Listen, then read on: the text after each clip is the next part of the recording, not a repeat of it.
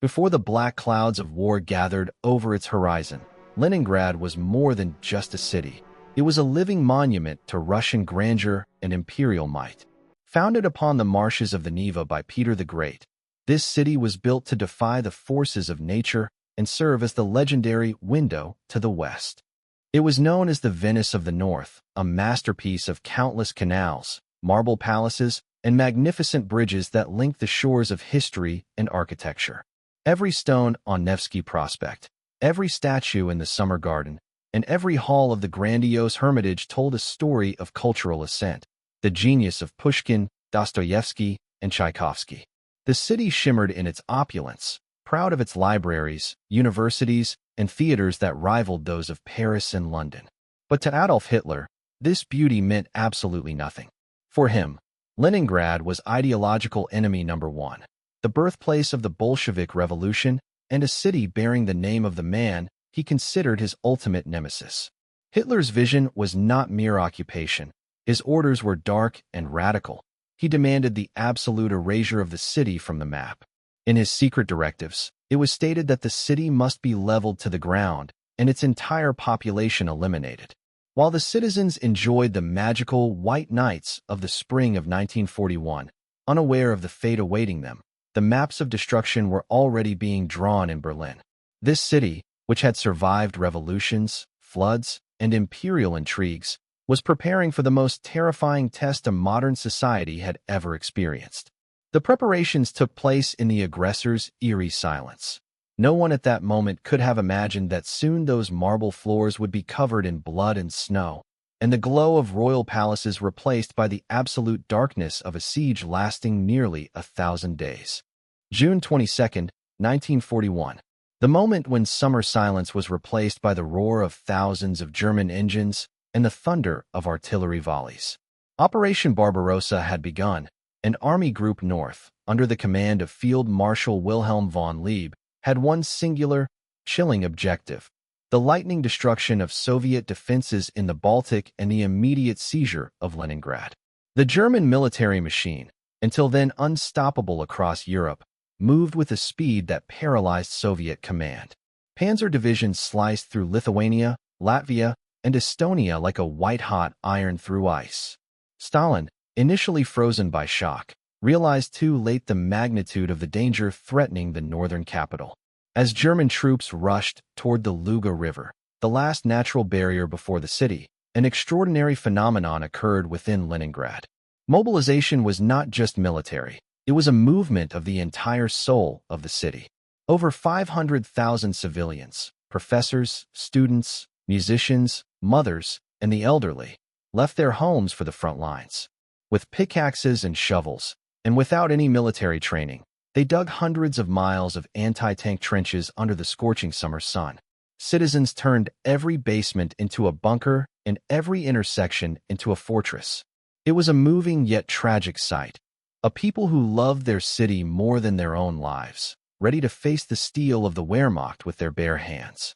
But as they dug into the earth, von Leeb's divisions approached relentlessly, leaving a trail of ash and ruin, tightening the noose around a city that simply refused to surrender. September 1941 brought the smell of burning and the heavy sense of inevitable doom. The German 4th Panzer Group, supported by relentless infantry, surged through Russian forests and swamps while Soviet lines buckled under the weight of the blitzkrieg. The critical moment came on September 8th, when German forces captured Schlüsselburg, a strategic town on the very shore of Lake Ladoga. With that act, the last land link between Leningrad and the rest of the world was brutally severed. The Iron Ring had closed. More than 3 million people, including hundreds of thousands of refugees who had fled Nazi terror, were now trapped in a massive pocket. To the north, the Finnish allies of the Third Reich occupied positions on the Karelian Isthmus, while to the south, the mighty Wehrmacht positioned its heavy siege guns. Hitler then made one of his most calculated and cruel decisions. Realizing that street fighting in such a massive city could decimate his divisions, he ordered that the city not be stormed directly. Instead, a command for total starvation was issued. Leningrad was to become a tomb that filled itself. The order was explicit. The city must be wiped out, and any attempt by civilians to leave the circle must be prevented by lethal force. The inhabitants looked toward the horizon, realizing they had become an island in the middle of a hostile sea. There was no way out, no mail, no fresh supplies. Only the silence of a besieged city, broken occasionally by the ominous sound of long-range artillery, heralded the days that would redefine the very meaning of human suffering. As the first cold rains descended upon the city, the German Luftwaffe received a precise order: strike the heart of the supply chain. On September 8th, the same day the city was cut off, the sky over Leningrad was darkened by Junkers bombers. Their target was the Badayev warehouses, massive wooden complexes where almost all the city's reserves of flour, sugar, lard, and grain were stored. The explosions were so powerful they shook the foundations of buildings miles away. Columns of thick, greasy black smoke rose over the city, and the flames were so high that one could read a book at night in the most distant districts. The smell of burnt sugar and melted fat mixed with the scent of death. Thousands of tons of food were turned into ash and a flowing black mass that soaked into the ground. For the people of Leningrad, this was a moment of absolute horror. Desperate citizens later came to the charred ruins, digging up the earth and mixing it with water to extract even a small amount of the remaining sugar. This sweet sand was all many had to eat for days. The loss of the Badayev warehouses marked the beginning of draconian rationing.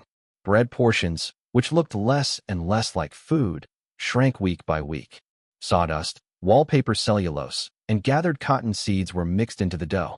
It was a bitter, gray mass that barely kept the flame of life flickering. Every crumb became sacred, and the scales in the bakeries became instruments of life or death. A city that once sparkled in luxury had entered a twilight zone where hunger was the only master of time and space. The winter of 1941 to 1942 was not just a season, it was a death sentence. Nature joined forces with war to destroy the city. Temperatures plummeted to an unimaginable -40°C. Water pipes burst deep underground, leaving the city without a drop of running water. Residents, exhausted by hunger, went to the frozen Neva with buckets, broke through the ice, and drew frozen water in the semi-darkness while shells fell around them. There was no electricity. Leningrad sank into absolute darkness, illuminated only by the flashes of explosions. In their apartments, which they called iceboxes, people burned everything that could catch fire: priceless antique furniture, entire libraries of world literature, even wooden floors. Most terrifying was the silence. Public transport stopped. Trams remained frozen in the middle of the streets like ghostly monuments. Death ceased to be an event and became part of the landscape. Bodies wrapped in sheets were everywhere. They lay at building entrances, in parks, and on sleds pulled by relatives too weak to bury them. Gravediggers could not keep pace with the dying, for the earth was too hard with frost to dig a grave. In those moments, humanity was on the edge of the abyss. Ghastly reports of cannibalism emerged, of people who, in the madness of hunger, lost their souls. But in the midst of this hell, Leningrad still breathed. Radio stations constantly broadcast the sound of a metronome, a ticking that told the inhabitants, the city is still alive, the heart is still beating.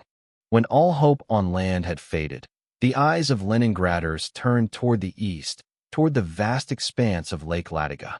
During the autumn, the lake was too dangerous for small boats, but with the arrival of the terrible frost, the water turned into a solid, yet unpredictable mass of ice. Thus was born the Doroga Zizny, the Road of Life. It was the only rescue route connecting the besieged fortress with the rest of the country.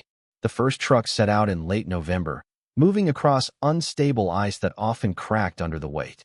Drivers drove with their doors open, ready to jump out at any second if their truck began to sink into the dark depths of the lake. Many did not make it. The Luftwaffe bombed the ice day and night, creating massive holes that were invisible under fresh snow. Every bag of flour that reached the city was paid for with blood and incredible courage. In the opposite direction, children and the wounded were evacuated, fragile bodies crossing 30 kilometers of icy wasteland in trucks. Although the amounts of food were only a fraction of what the city needed, the Road of Life was a psychological savior. It meant the city was not forgotten. The headlights of trucks on the lake's horizon were like guiding stars for starving residents who counted breadcrumbs every day. That path, built of ice, iron, and human defiance, was the only reason Leningrad did not become an absolute tomb, but a symbol of the victory of life over destruction. January 1943. More than 600 days of total isolation had passed. The Soviet high command knew the city would not survive another winter like the last if something did not change drastically. Under strict secrecy, Marshals Georgy Zhukov and Leonid Govorov prepared Operation Iskra, the Spark. The plan was risky and brutal: to break the narrowest part of the German ring, the so-called bottleneck, near Schlüsselburg, to establish a direct land connection. On January 12th, in the early morning, thousands of Soviet guns opened a fire the German army in the north had never experienced before. Infantry stormed across the frozen Neva, literally running on ice under a hail of bullets. The fighting was savage, hand-to-hand in deep snow and frozen trenches. 6 days later, on January 18th, soldiers of the Leningrad and Fokhov fronts finally met and embraced. Although the corridor they broke through was only 5 to 6 miles wide, and under constant fire from German guns on nearby hills, it meant life. Along this narrow path, which they called the Corridor of Death, a railway was immediately built. The first train to enter the city with real flour and fuel was met with tears that froze on the faces of the inhabitants. The ring was not entirely destroyed, but it was breached. The spark had lit a flame that, a year later, would burn the German siege to the ground. January 14th, 1944. Exactly 2 years and 4 months after the ring was closed, Operation January Thunder began. The Soviet offensive was massive and unstoppable. More than 1 million soldiers, supported by 3,000 tanks and an endless mass of aircraft, struck the German positions.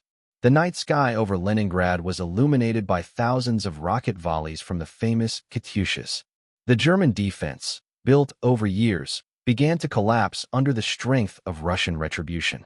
Soviet troops advanced through snowstorms, liberating one village after another, one suburb after another that had once been a German command post. Field Marshal von Kuckler, who had replaced von Leeb, had no choice but to order a retreat to save his divisions from total encirclement. On January 27, 1944, what the world had waited 900 days for was announced. Leningrad is completely free. For the first time in 3 years, the sound of German guns was not heard on the banks of the Neva.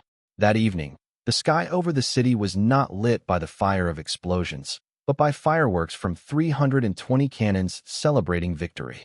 It was a night of triumph, but also a night of unspeakable sadness for the millions who did not live to see this moment.